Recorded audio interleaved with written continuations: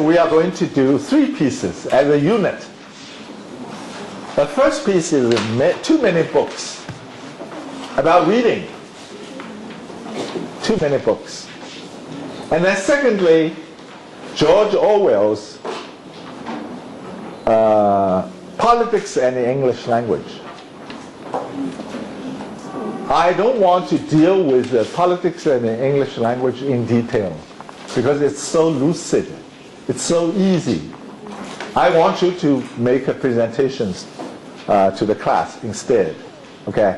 Hopefully it is not going to be Wei Chun Xiao next time again. So anyway, you try to read this George Orwell's thing. George Orwell's article has been quoted a great deal. And then we'll pass on to Stephen King on writing. Stephen King, of course, is a modern writer, contemporary writer, maybe the richest writer ever in the world. I don't know. I don't have the statistics. Maybe he's the richest. But he has this compulsory writing syndrome. 你别看不起这种人啊，这种人也蛮有特点的。他呢，自从1999年有一次在路上散步，他跟我一样，也很喜欢在路上散步的。这个美国的马路啊，是非常的 pedestrian unfriendly， 你晓得吧？你有时候走过去啊，他那个车子啊，哇一下子朝你开过来，简直要把你撞倒一样。我尽管还在这个 curve 上面，对吧？那么他呢，有一次就被车撞倒了。撞倒以后呢，是打了10几根钉啊什么的啊。But anyway, he could not stop writing. He wrote and wrote and wrote, wrote and wrote and wrote. So he will tell us how a writer, works. And he will mention many other writers. Those who are prolific and those who are poor, who do not produce a lot of things. Okay. So let's look at the too many books to begin with. By Gilbert and Norwood. He was born in he was born in 1850 and died in the year of 1923. He wrote this article in the year of 1920. And this article was translated by Mr. Liu Suxiang long ago. 吕松香先生倒是对这篇文章也情有独钟的，这是另外一种观点，就是觉得我们这个现在社会啊，书太多了，看不过来。你去看看我们的警示书局，这真是不得了。So he was TSL regular contributor, and he is a collector of books. How large was his collection? 500,000.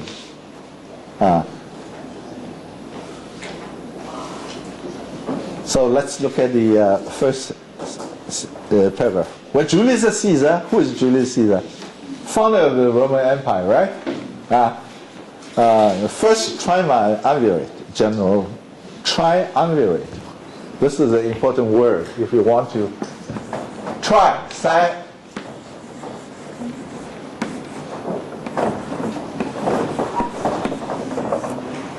三巨头叫做是吧？三头执政。我这里应该有个 I 吧。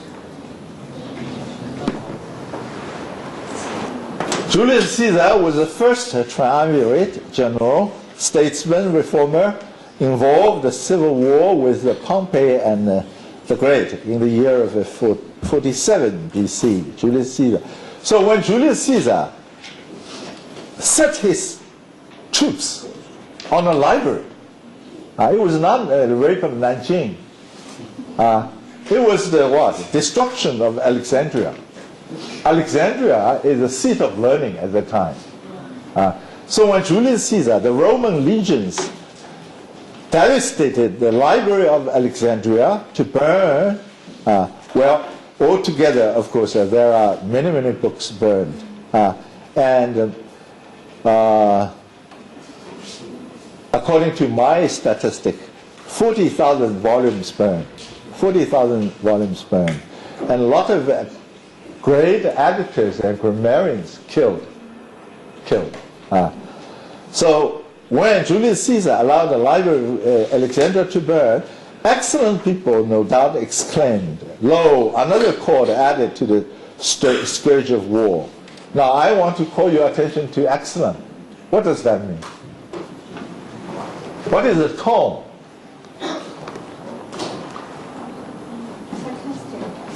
Exactly. Sarcastic. 那些这个 Alexandria 图书馆一烧的话呢，那些正人君子们呢就不干了啊。Well, they would say, "Look, another cord added to the scourge of war. This is another devastation. This is another evil committed by war.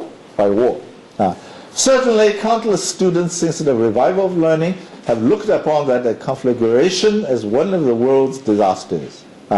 Certainly, countless students since the revival of learning, in other words, it's called the Renaissance. The Renaissance, revival of learning, have looked upon the conflagration. Fire. Why should he use the conflagration? To make the situation weightier. To make the fire worse, to bring to your consciousness that the fire was a very, very bad conflagration as one of the world's disasters. My answer, however, it was no such thing. 我要回答这些从文艺复兴以来的这些人这些学者们说，这是全世界最倒霉的一件事情之一我的回答是什么呢？我的回答 it was no such thing, but a vast benefit. 烧得好这把火烧得好为什么烧得好？ As one of the worst modern afflictions is the printing press, for its diabolical power of multiplication has enabled literature to laugh at sudden mischance and a deliberate amity. We are oppressed, choked, buried by books. 最后一句非常有力Well, why did I say so? Why did I answer that it was no such thing but a vast benefit, a blessing in disguise? Why did I say that? One of the worst modern afflictions, diseases, that is. Modern diseases are manifold. And one of the worst is what? It's the invention of the printing press. The Chinese were to blame. Why should you invent such a printing press? For it's a diabolical power of multiplication. Its power is just like that of a devil. Just like a devilishly mighty power of multiplying copies. Because you have a printing machine. So that you can print many different copies, instead of one. Instead of 手抄本, right? During the Cultural Revolution, they used a 手抄本, manuscript, a handwritten manuscript. And it cannot reach to many people. With the printing press, however, it can reach many people, has enabled literature. Well, because of the invention of this printing press, it has enabled literature to laugh at sudden mischance and deliberate amity. Now, there are two different attitudes, negative attitudes towards books. One is called a sudden mischance, like a flood, like a fire, not arson, but a fire. See, this is a sudden mischance. And deliberate amity is pretty much like a 秦始皇, right? So these two negative attitudes, are powerless now in face of what? In face of this glorious invention of the printing machine. You can taboo my books, but I can always print more copies, right? So we are oppressed, choked, buried by books. 过去呢，就是水火冰虫，这四个呢是书的大敌我觉得现在还应该加一个简censorship，那是很坏的。这个世界上呢有很多 book lovers， 也有很多 book haters。我用一句 book haters 的话来说，这个人叫 Benjamin Disraeli，19th century British Prime Minister。Disraeli 是很有名的那个人啊。他说 ，Books are fatal. They are the curse of the human race. 9/10 of existing books are nonsense, and the clever books are the refutation of that nonsense. The greatest misfortune that befell man was the invention of printing. 那么有个 Robert Southey, romantic lake poet, he says, talk of the happiness of getting a great prize in the lottery. 啊，你 lottery 中奖了，中了500万的大奖啊 ！What is that to the opening of a box of books？ 这个你打开一箱书来比较，小巫见大巫了。lottery 算什么？谁 ？So book haters, book lovers. I would like you to find book-loving views and book-hating views. Chairman Mao said, well, the more books you read, the more stupid you are. I don't know what was his logic. I really don't understand. Yes, maybe the more books you read, the more ignorant you are with regard to those party infighting. Party infighting, meaning power struggle, yes, maybe. But not in general. Let not the last sentence mislead. The last sentence is what? We are, as a result, we are oppressed, choked, buried by books. And you may be misled by my last sentence. I do not mean that we, or some few of us, are asphyxiated by barren learning. Asphyxiated is a difficult word, meaning choked, stifled. Let me, let not the last sentence mislead you. Let me explain what the last sentence means. I do not mean that we or some few of us are asphyxiated by barren learning. Barren meaning unproductive, useless learning. Useless learning. I don't mean that. That is another story. We can always talk about, we can always discuss useless learning in another situation. Nor am I adding yet another voice to the chorus, which reviles bad literature. Well, if you are not talking about the barren, unproductive, useless learning, then are you talking about the bad literature? Bad literature? No. The ceaseless nagging. Well, as for bad literature, he will give you a few examples, like the ceaseless nagging at Miss Ethel M. Dell. Well, he's a romance writer in the 1930s. Well, she's a romance writer. She wrote The Whale of the Eagle, and she was quite popular. It was just like a Rebecca kind of thing. Very romantic, very, sometimes even with Gothic touches, see? So this is a bad literature, according to him. I'm not talking about Ethel M. Dell.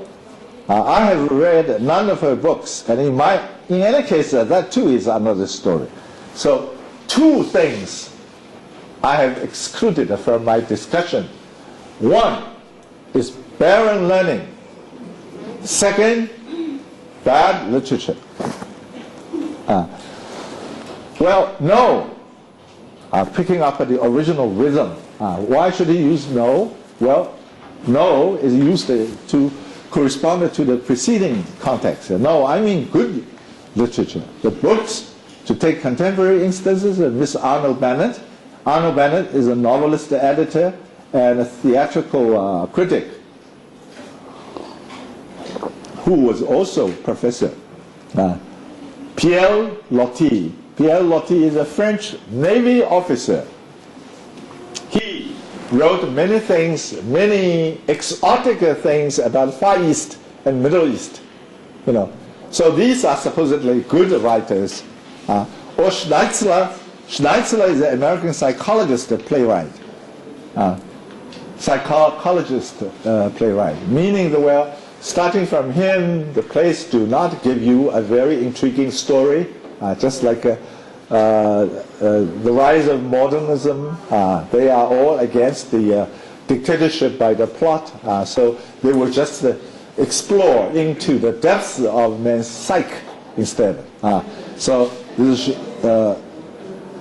Schnetzler is good, and Mr. Max Beerbohm is apparently a good writer. So he's being mentioned for the second time. And countless others, Asian and modern, European, American, Asiatic, and Polynesian. And then, very funny thing, an epoch-making novel from Old Tahiti is much overdue. Now first, Old Tahiti is the old name for Tahiti. Tahiti. It is the main island in the Society Islands in the Pacific. 就像现在日本人跟韩国人为了个猪岛还是什么岛把手指都砍掉什么这种样子。就这么个 Tahiti 这么个岛上面，这么个岛上面会出伟大的文学吗 ？Not likely, not likely. But well, maybe Max Beerbohm and Polynesian meaning Southern Pacific, and countless others, Asian and more. An epoch-making novel from Old Tahiti is much overdue. Meaning, Tahiti hasn't produced an epoch-making novel yet. See, we have been waiting for something good to appear from Old Tahiti for a long, long time. However, Old Tahiti hasn't brought up something good. Is that clear? 就是说 Polynesia 也有，亚洲也有，欧洲也有，美洲也有。那么也许呢，就是说从 Old Tahiti 出来的一部划时代的著作呢，我们等的已经够久了。Long overdue, long overdue. Meaning there is no. But this is again very sarcastic. Do you expect some epoch-making book from such a deserted island? You don't, right? Well, and when I say good, I mean good. I have no intention of imitating those critics whose method of creating a frisson is to select the most distinguished author or artist and then not call him bad, but imply he is already recognized as bad by some unnamed and therefore awe-inspiring coterie. 这种文学界这种事情很多的，很坏。When I say good, I mean good. I have no intention to say things in a zigzag way. I call a spade a spade. When I say good, it's good, right? I have no intention of imitating those cunning critics whose method of creating a shudder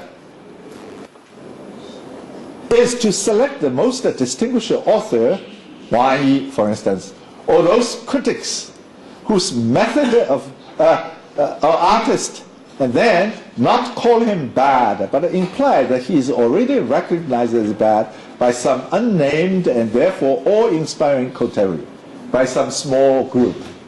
Some small group already dismissed this writer as bad, So he did not have to say anything. He would say, well, I just quote a coterie. Coterie is a very small, elitist, exclusive kind of group, right? The coterie says that, well, he or she is as bad as that. So I'm only quoting them. And by quoting them, I create a kind of shudder on the author's part. Instead of saying bad, how straightforward that would be. Instead of saying that, he would do this type of thing. And they do not write, for instance, Mr. Hardy is a bungler, apparently referring to Thomas Hardy. Mr. Hardy is a bungler. They do not write. 他们不会写 Hardy 呢，老是犯错误，老是出错，这个话他们不会写的。But unless Mr. Jug, not my, Mr., please change Y to R. Unless Mr. Jug takes more pains, his work will soon be indistinguishable from Miss Hardy's. Who is Mr. Jug? Mr. Jug is anybody. Mr. Jug is anybody. 你想，我不直接讲哈迪不行，我是说某某人如果不好好努力的话，很快他的作品就落得跟哈迪一样了。他的作品很难从哈迪的作品当中这个分辨出来，clear? It was a famous, almost a proverbial remark that Sappho's poems were few but roses. This is again Shelley's comment. Well, Sappho, we all know, Sappho is a 7th century BC in ancient Greece, a poetess. Plato called her the 10th muse. We know that there are only 9 muses, right? 9 muses. And she had a large following of women. So Sapphism meaning lesbianism today. So remark that Sappho's poems were few but roses. Most of it went into oblivion. Nobody could still find them. What should we say if we found roses on every table, rose trees along the streets, if our tram cars and lampposts were festooned with roses, if roses littered every staircase and dropped from the folds of every newspaper? Well, he used the word of roses, Shelley's word of roses. 因为 Sappho 的现存的诗歌已经不多了，但是字字珠玑都像玫瑰花一样。玫瑰花有什么好？要是生活里全是玫瑰花，你受得了吗？ What should we say if we found roses on every table, rose trees along the streets? If our tram cars on rails, that is, lampposts were festooned with roses, if roses littered every staircase and dropped from the folds of every newspaper, 今天打开人民日报，啪啪啪都是 rose 花瓣掉下来，文汇报 rose 花瓣掉下来，你受得了吗？In a week, we should be organizing a campaign against them as they were rats or houseflies. Okay, finally, I pull it through. Hope the next time you will respond to my request for making presentation. I want you to decide for you. What is the domineering tone of this article? First question. Second, comment on George Orwell's rules. George Orwell actually came up with quite a few rules. How many are there? 6 on page 33. Comment on these 3 rules. And then please read Stephen King.